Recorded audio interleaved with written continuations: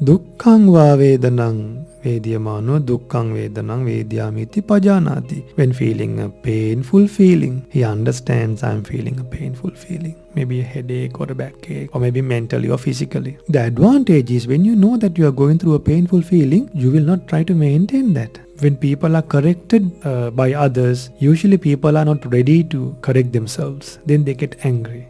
It's difficult for people to bear all these problems. People give up their jobs, they fight, they talk back. The decisions people take when problems come to their life will create more problems and more questions to life. A spiritual happiness can be developed by any wise person. He can develop that spiritual happiness that cannot be stolen by others. We struggle so much to keep the environment clean, but not to keep the mind clean. So without having a life with full of question and doubt, why not we have a life? We spend a life and live a life with full of answers for all our questions in life. Namo Buddhaya. Theravada Saranai, meritorious devotees, the devotees who are waiting to listen to the next episode on the Satipatthana Sutta, we are happy to announce that we have started that series of teaching the Satipatthana Sutta. So far we have covered until the feelings on the body, Kaya Anupassana. And today we will be finishing the contemplation on feelings. And we will be moving on to the next section, that is the contemplation on the mind. So it's a great pleasure for us to teach a great sermon like this. And it's a great blessing for us to explain a section like this, because the Satipatthana Sutta is a great sermon that leads for the purification and for the realization of life, for the attaining of Nibbāna, to be detached, and then to know about our lives and about the lives of other people as well. Because we are not living alone, we mix with people. And when we mix with people, we start thinking based on the incidents we come across in life, we face in life. And then we start reacting, and we react according towards various people. When we meet nice people, we react in one way. When we meet unpleasant people, we react in one way, in another way. Then when we meet people who are useless, we react in a different way. And then if we meet a person that we would really need, then we react in a different way. Then there are people we might not need them, but the society might need them. So we should have a proper mindset and a proper understanding about life, about our life, and also about other lives, about other people, about our mind, about other people's mind, to take good decisions in life. Because most of the decisions we take in life are not 100% perfect. Some decisions we take in life will create more problems. For an example, if I tell you, like even in my other sermons, I explain these things. Like a person who is in a school, he might think that after I finish my degree, things will be over. And then this is just one thing. Like after I get my degree, if I find a job, the thing is over. Then after getting a job, then many responsibilities. And then see the next problem. When you get responsibilities, and then when you are monitored by others, when you are corrected, when people are corrected by others, usually people are not ready to correct themselves. Then they get angry. Then they think, okay, I'm getting criticized. What a headache for me.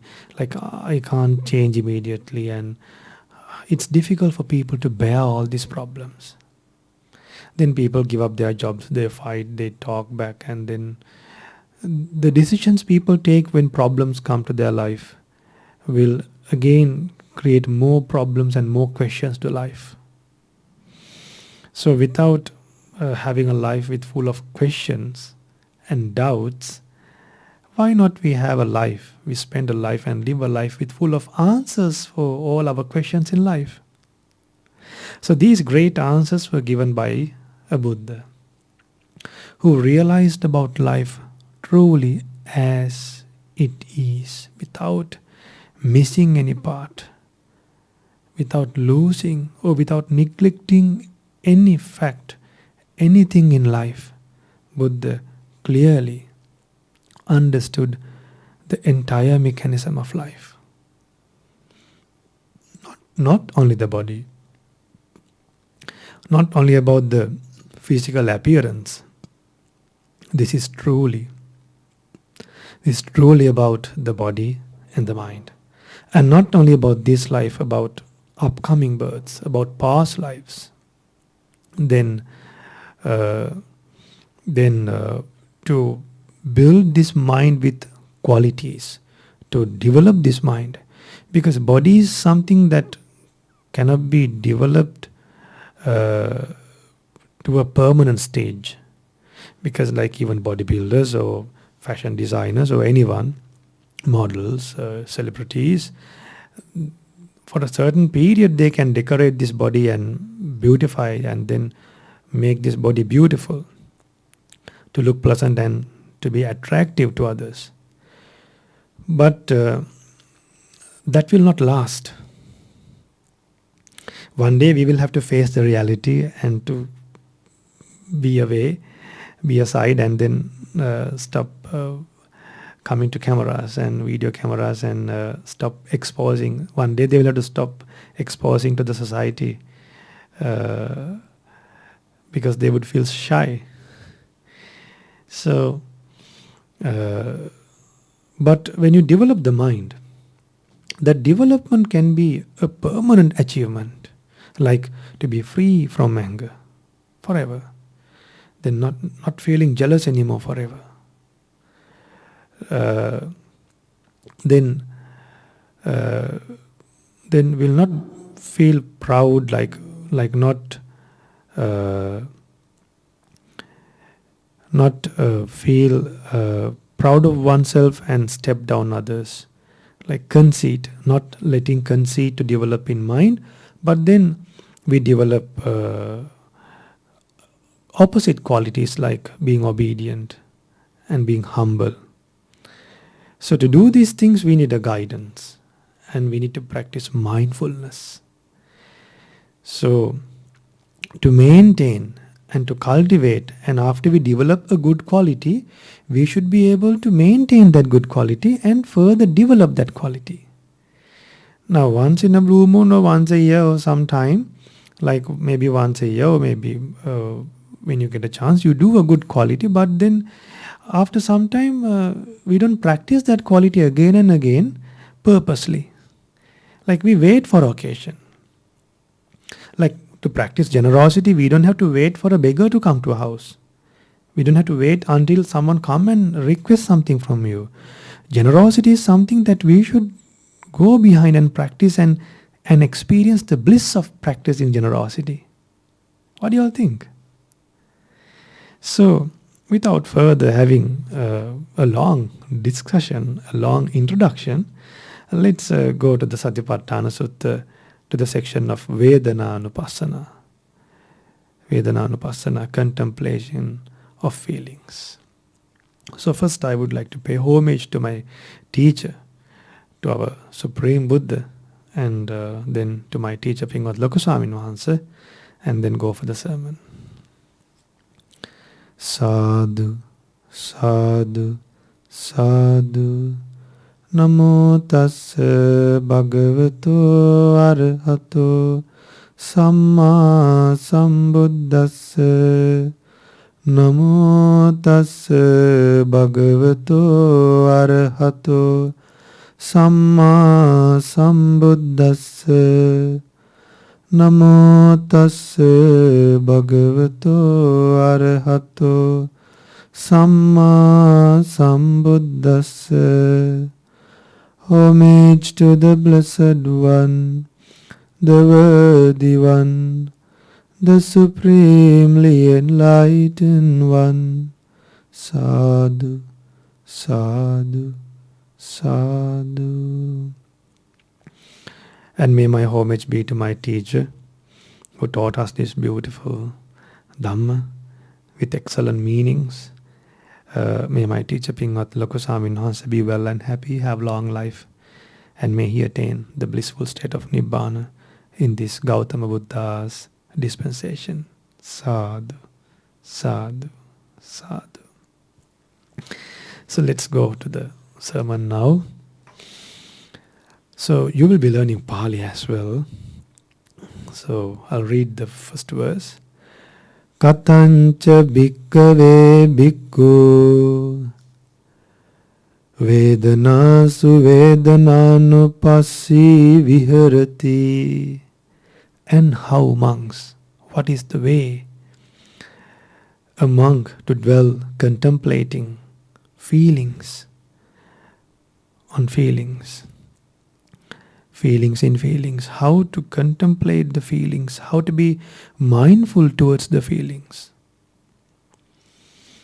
Then Buddha explains, Ida bhikkhave bhikkhu, here a bhikkhu, sukhang vedanang vedyamano, sukhang vedanang vedyamiti pajanati. What's the meaning of that? Sukhang means happiness. Okay?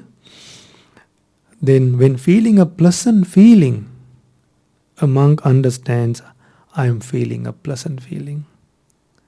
So when you feel a pleasant feeling, we should know what kind of a feeling we are going through. If not, the moment we lose the pleasant feeling, our mind again changes. We will feel sad.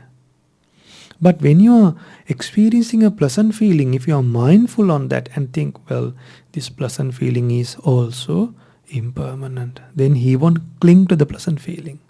Then he won't get overjoyed to the pleasant feeling. And once the pleasant feeling is over, through a particular contact, with the help of mindfulness, you will develop another feeling to generate a pleasant feeling in your mind. Now for an example, imagine you're meditating, loving kindness meditation, then you feel happy. After the loving kindness meditation, what happens after you stand up?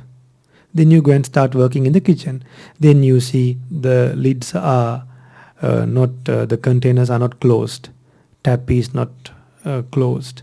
Then cockroaches everywhere. What happens to the mindfulness? Now, because of loving kindness meditation, you had some happiness. But the moment you go to the kitchen, when everything is in a wide mess, what penetrates?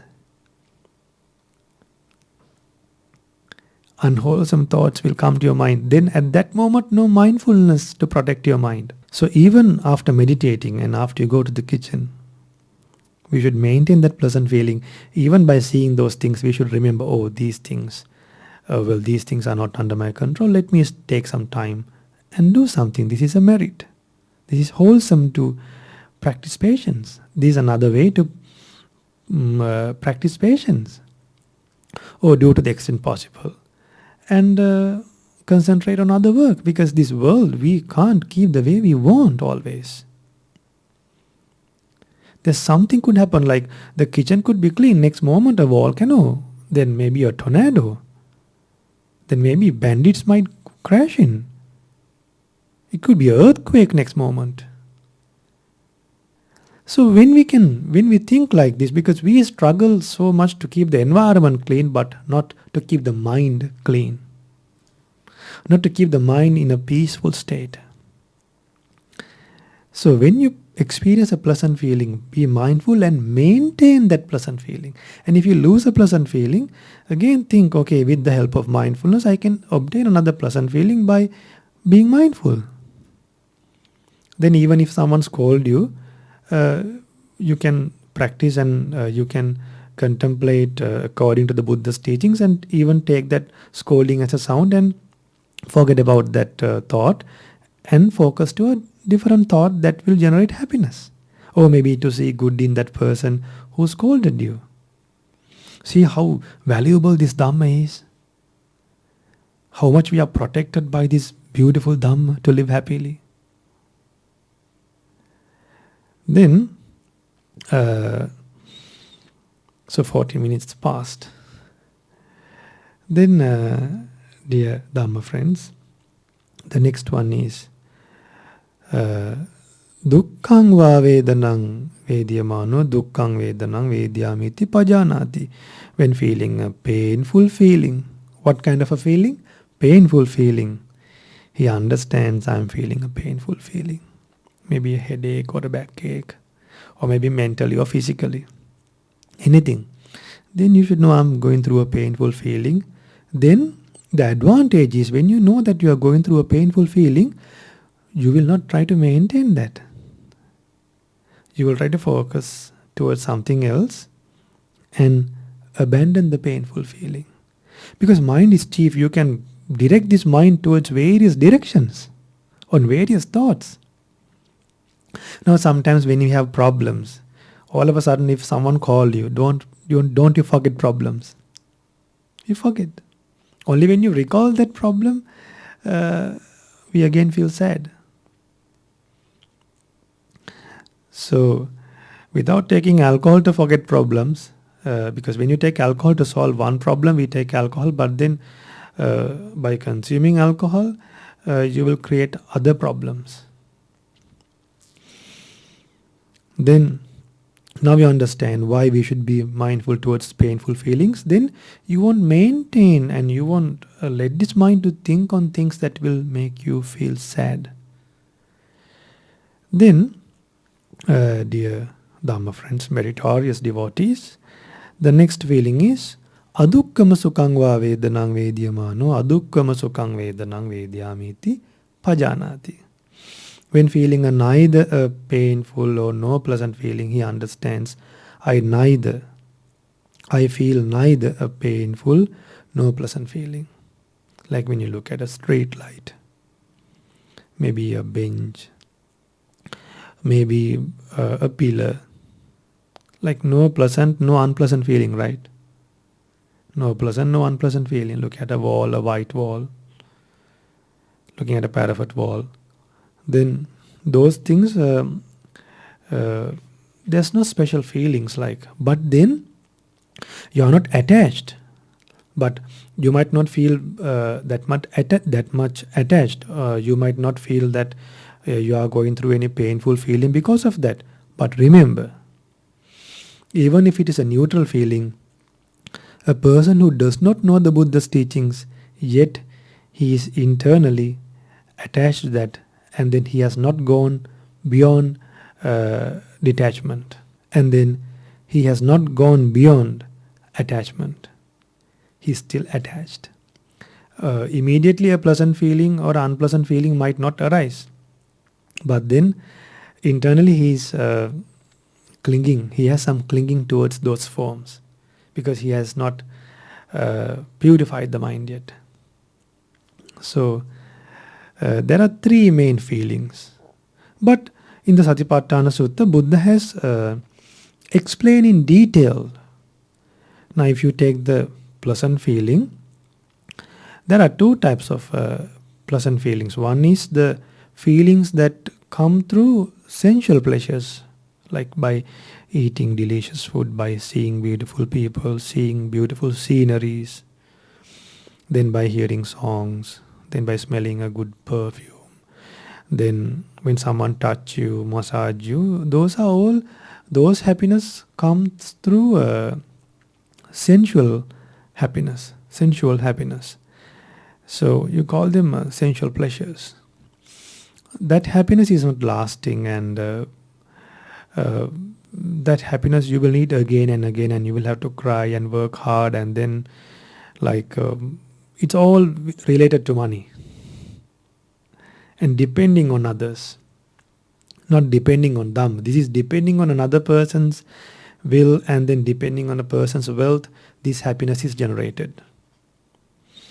But the spiritual happiness is A spiritual happiness can be developed by any person, any wise person. That person could be a poor person even. That person could be a very destitute person. But he can develop that spiritual happiness that is lasting, that cannot be stolen by others. Sensual happiness can be stolen, can be taken away. Like once people take away your wealth, and when they threaten you, all gone. But the spiritual development, even inside a prison, even in a prison, even you are all alone, even you are left over, even the whole family has died and you are all alone. But yet that spiritual happiness can keep you happy always, and that spiritual happiness will not lead you to cling to sensual pleasures and to cry over these sensual pleasures. So what a great chance for us to learn about these feelings, because Buddha categorized these feelings. We live being attached to all these feelings and being opposed to these feelings. So Buddha showed these feelings, Buddha clearly explained these feelings, and then he showed us the different types of feelings to be mindful, so that we don't get attached and we don't get opposed or deceived.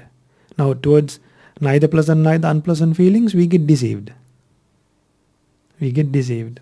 So Buddha explains the pleasant feelings in detail. Sami sangva sukang vedanang vedyamano sami sang sukang vedanang vedyamiti pajanati.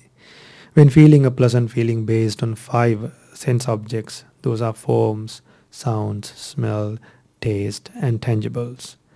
So when he experiences such a feeling through these 5 sense objects, he understands it properly. I'm feeling a worldly pleasant feeling. Worldly pleasant feeling. That means this happiness is not coming spiritually. Because of a reason I'm feeling some happiness, like maybe because of money, or based on food, or based on a comfort that comes by touching your body. You understand that I'm getting this from another impermanent object. Now food is an impermanent object. Then that smell is an external object, and that is made by things that are made with impermanent sources, like even a sound, even a song, even a food, any beautiful thing we see. Those things are subjected to an impermanent nature. They are impermanent. So the happiness we are experiencing is also impermanent. So now look at the entire world. People are actually again and again chasing after the happiness that is created through impermanent things. And when they lose those material things, the material happiness, again they seek happiness from material things that is not lasting. And until they die, they do that, and without developing and gaining a higher attainment in life, again they decline to a lower world. And if they come to human world, again what they have to do is chasing after sensual pleasures and quarreling and fighting for their needs, and trying to keep things under their control, and living a unsatisfied life, and not being content, and always their lives to be led without being satisfied forever. So then the other happiness is niramisang va sukang vedanang vedyamano. Niramisang va sukang. Niramisang sukang vedanang vedyamiti pajanati. So when he experiences spiritual happiness, he understands, okay, this is from a spiritual feeling. This is from a spiritual contact.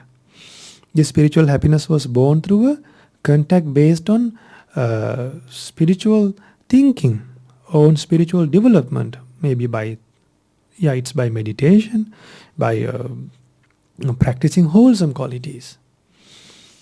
So then he should understand mindfully, okay, this is developed through spiritually.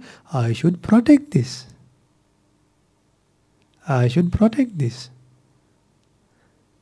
Do it again and again. So those are the two types of pleasant feelings, Buddha explained. Spiritually, sensual pleasures, happiness born through sensual pleasures, and then happiness born through spiritual development. And then once you develop the spiritual path, and that happiness, once you develop that, when you become a stream entrant, when you become a non-return or a one return or a non-return or an arahant, that spiritual development will not decline. What has to be done in a human life will be done. You will be holding the final body. Now, because of this body, how much? Just imagine how much we are suffering. So, don't you like to hold the final body? Don't you like to finish your karma? Don't you like to completely eradicate karma? Don't you like to stop clinging towards these external things and living with less desires and one day to be free from all the desires? Because mind needs this and that and everything. There is no limitation for the mind. We have limited abilities, but mind needs so many things. Even the things that government has said not to do, even the things that we don't like to do, the mind needs. Sometimes your husband or wife doesn't like, but the mind needs. So, how to tame such a mind? Satipatthana Sutta. Practice this.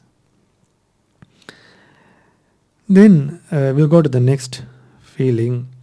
Sāmisang vā dukkhaṃ vedanang vedyamāno sāmisang dukkhaṃ vedanang vedyamiti pajanati. When feeling a painful feeling based on 5 sense objects, then what happened? He understands it properly, that I'm feeling a worldly painful feeling. So you might see someone unpleasant. You might eat a food that is not delicious. Then your bed could be an old bed, no comfort to the body, backache next morning. And so then you might not hear pleasant things. And also when good things changes, then again you will feel upset. So even painful feelings are impermanent. So when you feel a painful feeling through these sensual pleasures, you should recognize, okay, this painful feeling came through a sensual pleasure. So then the next is nirāmisang vā dukkhaṃ vedanang vedyamāno nirāmisang dukkhaṃ vedanang vedyamiti pajanāti. So there is a painful feeling that comes from spiritual practice as well. What do you think about that painful feeling?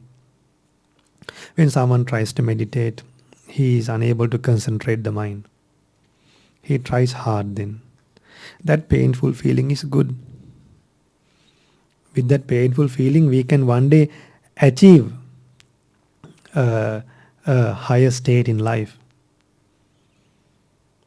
So there was a monk during the Buddha's time. He kept his hand on his head and went from one monastery to another monastery, from one monastery to another monastery. He went from one monastery to another monastery. Why? Being unable to practice Dhamma.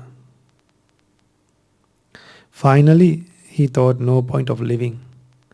And then one day, some monks caught a cobra, a very venomous snake, a venomous serpent, and they put inside a pot and they covered the pot and gave. They were looking for a monk to throw this cobra to the forest. Then this monk was tired.